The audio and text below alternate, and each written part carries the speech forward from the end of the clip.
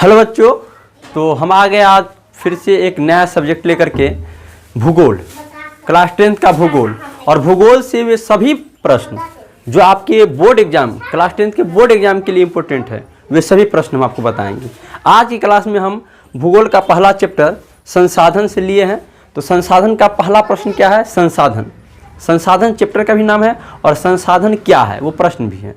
तो संसाधन अगर आपको पूछे कि संसाधन क्या है तो क्या कहिएगा कि वे सारी वस्तुएं, हमारे आसपास की वे सारी वस्तुएं जो हमारी आवश्यकताओं की पूर्ति करता है, वे सभी क्या कहलाते हैं? संसाधन कहलाते हैं। एकदम आसान सा भाषा में संसाधन क्या है?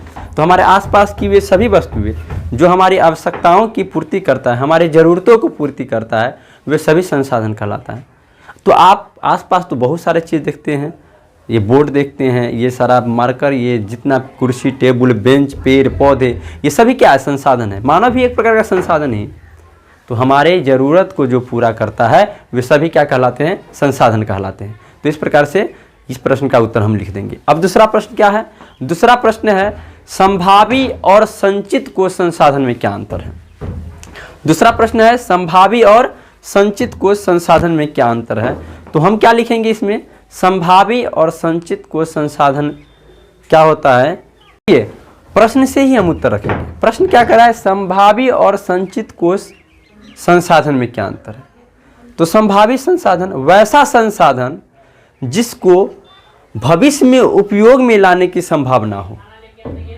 वैसा संसाधन जिसका उपयोग अभी तक नहीं किया गया है लेकिन भविष्य में उपयोग में लाने की संभावना हो, वह संसाधन संभावी संसाधन कहलाता है। जबकि संचित कोश संसाधन क्या होता है कि वैसा संसाधन जिसको भविष्य में उपयोग में लाने के लिए संचित किया गया हो, सुरक्षा में रखा गया हो।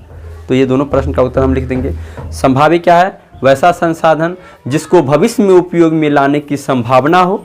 और संचित कोश क्या है? वैसा संसाधन जिसे भविष्य में उपयोग में लाने के लिए संचित किया गया हो। संचित किया गया मतलब क्या कि सुरक्षा करके रखा गया हो उसको, कि भविष्य में इस संसाधन का हम उपयोग करेंगे। तो इस प्रकार से दो प्रश्न हो गया। अब अगला प्रश्न हम देखेंगे अगले क्लास में। तब तक के लिए जय हिंद।